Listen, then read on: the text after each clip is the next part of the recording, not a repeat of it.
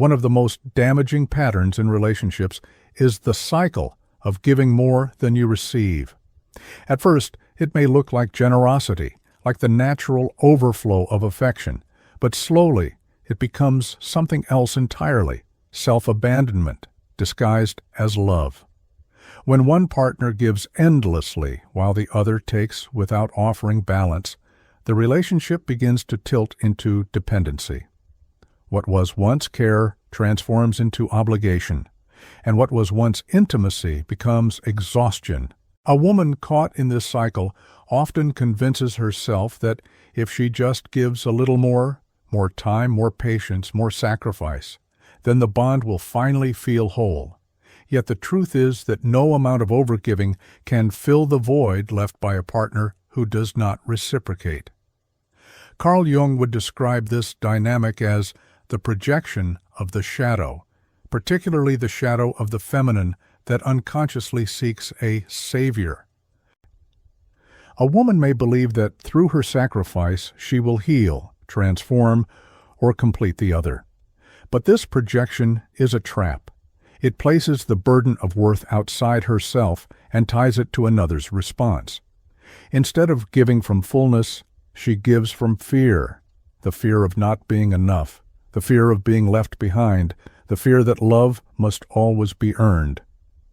In this way, overgiving is not an act of strength, but of disconnection from the self. The psychological impact of this pattern is heavy.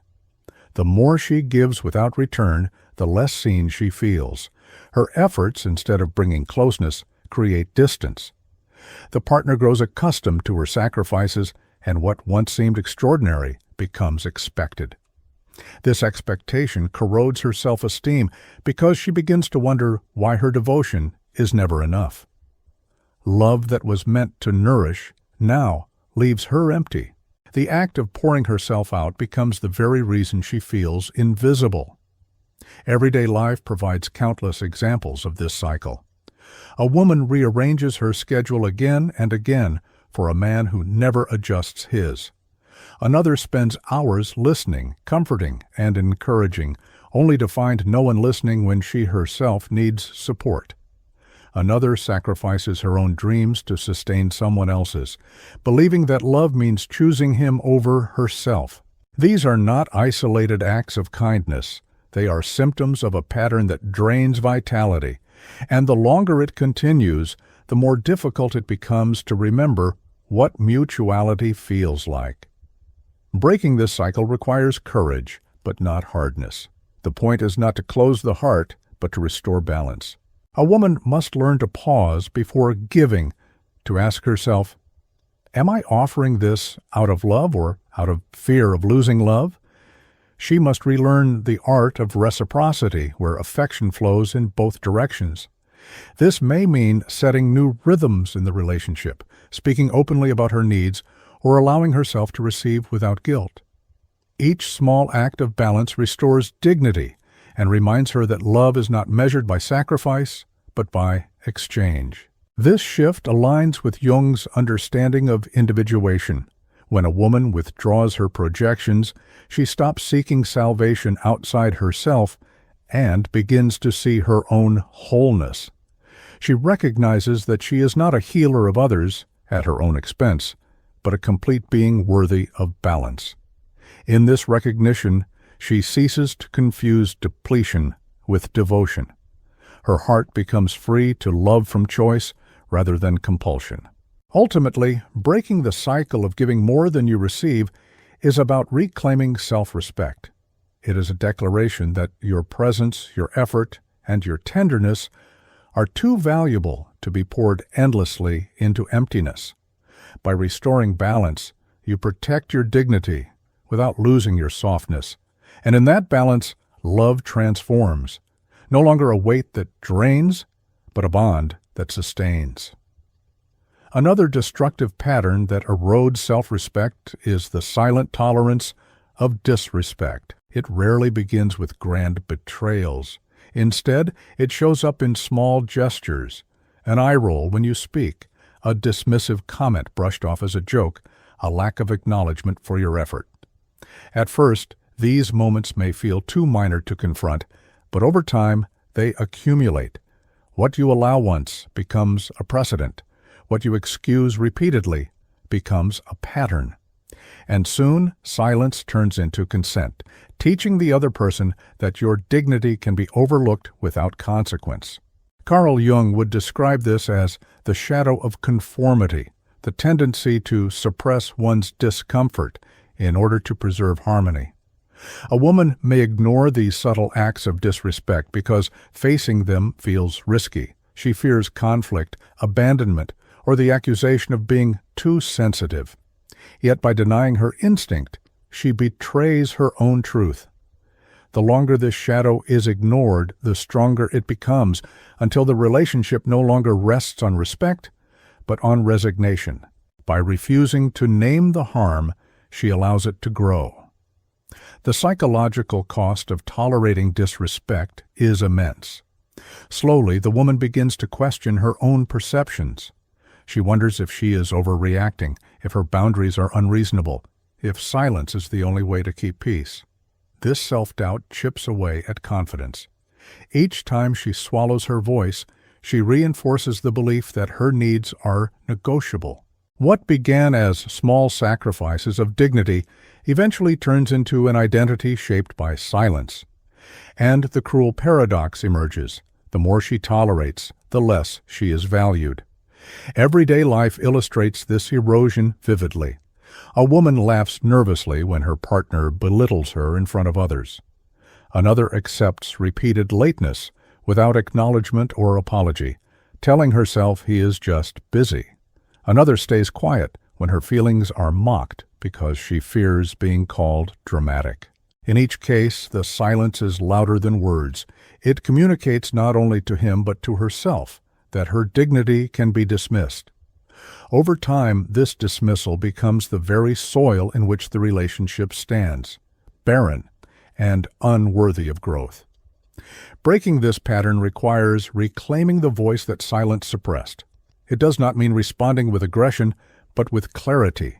A calm, firm statement, "That does not work for me," or "I will not accept being spoken to this way," can shift the entire dynamic. What matters is consistency. Each time she names disrespect, she reaffirms her worth. Each time she draws a line, she teaches that her presence is not to be taken for granted. This is not drama, it is dignity.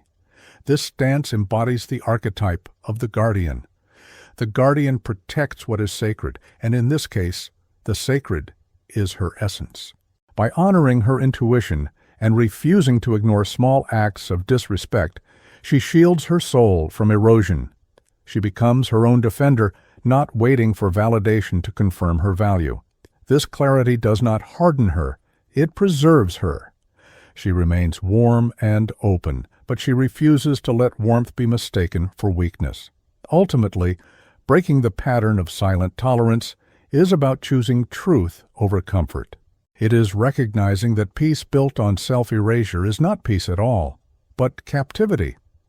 By naming disrespect and refusing to allow its repetition, a woman reclaims her self-respect piece by piece. And in doing so, she discovers that respect is not something to be begged for. It is something to be lived. Her silence no longer communicates consent, but sovereignty. And in that sovereignty, she breaks free. The third pattern that quietly destroys self-respect is the constant search for external validation. Many women are conditioned to measure their worth through the eyes of others, especially men, through compliments, attention, or approval. At first, this may feel like affirmation, but over time, it creates dependency. Instead of asking, "Do I value myself?" the question becomes, "Do they value me?" The danger is subtle but powerful. Identity begins to revolve around the gaze of others, leaving little room for authenticity. When validation becomes oxygen, the absence of it feels like suffocation. Carl Jung would describe this as a failure of individuation, where the self remains fragmented and dependent on outside approval. The psyche projects its unclaimed worth onto external figures, waiting for recognition instead of embodying it from within. A woman caught in this cycle may believe she is loved, when in truth, she is merely mirrored back by someone else's perception. The problem is that mirrors change, and when they do, her sense of self collapses. Individuation, by contrast, demands that she draw worth from her inner center, the place no external opinion can touch. The psychological toll of living for validation is exhausting. Each compliment offers a fleeting high, but the effect fades quickly, leaving her chasing the next sign of approval. Each silence or criticism cuts deeply, not because it is accurate, but because it touches the void she has not yet filled from within. Over time, she becomes hyper-vigilant, always scanning for signs of acceptance, and her self-esteem swings with the moods of others. This constant fluctuation erodes stability and leaves her vulnerable to manipulation, because those who sense her need for approval can exploit it easily. Everyday examples reveal this cycle clearly. A woman posts online and waits anxiously for likes, feeling invisible if they are few. Another constantly asks her partner if she is loved, not because she doubts his care, but because she doubts her own worth. Another agrees to things she dislikes just to avoid disapproval, mistaking compliance for connection. In all these cases, the thread is the same. Value is outsourced, and dignity is slowly drained. Breaking this cycle begins with reclaiming the inner throne of self-worth. The woman must shift from asking, "Do they approve of me?" to affirming, "Do I approve of myself?" This is not arrogance, but grounding. It means practicing self-validation through daily acts of self-care, speaking truth even when unpopular, and honoring desires without waiting for permission. Each time she validates herself, she weakens the chain of dependency on others.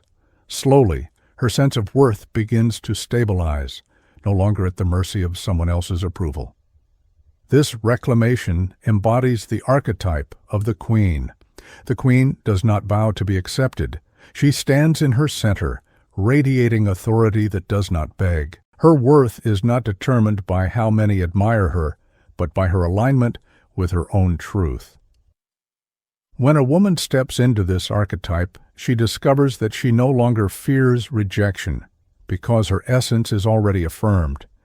Approval becomes pleasant but not necessary, and disapproval loses its power to destabilize her. Ultimately, breaking free from the search for external validation is one of the most liberating steps a woman can take. It allows her to love without begging, to speak without apologizing, and to stand without shrinking. In Jungian terms, it is the fruit of individuation, a woman who has integrated her shadow and discovered her wholeness within. She no longer lives to be chosen, because she has already chosen herself, and in that choice, she embodies the deepest form of self-respect, one that cannot be taken away, because it was never given by anyone else. Breaking these three patterns reshapes not only how a woman relates to others, but how she relates to herself. To stop overgiving, to refuse silent tolerance of disrespect, and to release the constant need for validation is to reclaim energy that was once scattered outward. What emerges is a grounded presence, a sense of dignity that no longer depends on circumstance. This transformation does not happen overnight, but each boundary set, each silence broken, and each moment of self-approval builds a stronger foundation. Slowly, the woman who once lived in reaction begins to live in authorship of her own story. Carl Jung would call this process individuation in action, the integration of unconscious patterns that once dictated behavior into conscious choices that honor the self. By bringing light to what was hidden, the compulsion to save, the tendency to remain silent, the hunger for approval, she removes their power. What once ruled from the shadows now becomes material for growth. Individuation does not erase wounds, but transforms them into wisdom, and wisdom becomes the very force that protects self-respect. The psychological impact of breaking these cycles is liberating. She no longer confuses sacrifice with intimacy, silence with peace, or attention with love. Instead, she begins to see relationships with clarity. When someone fails to reciprocate, she notices without self-blame. When disrespect surfaces, she names it without guilt.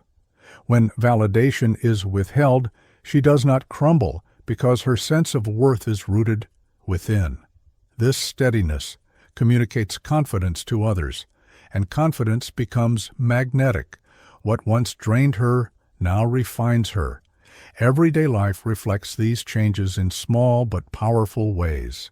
A woman chooses not to rearrange her entire world for someone who gives little in return.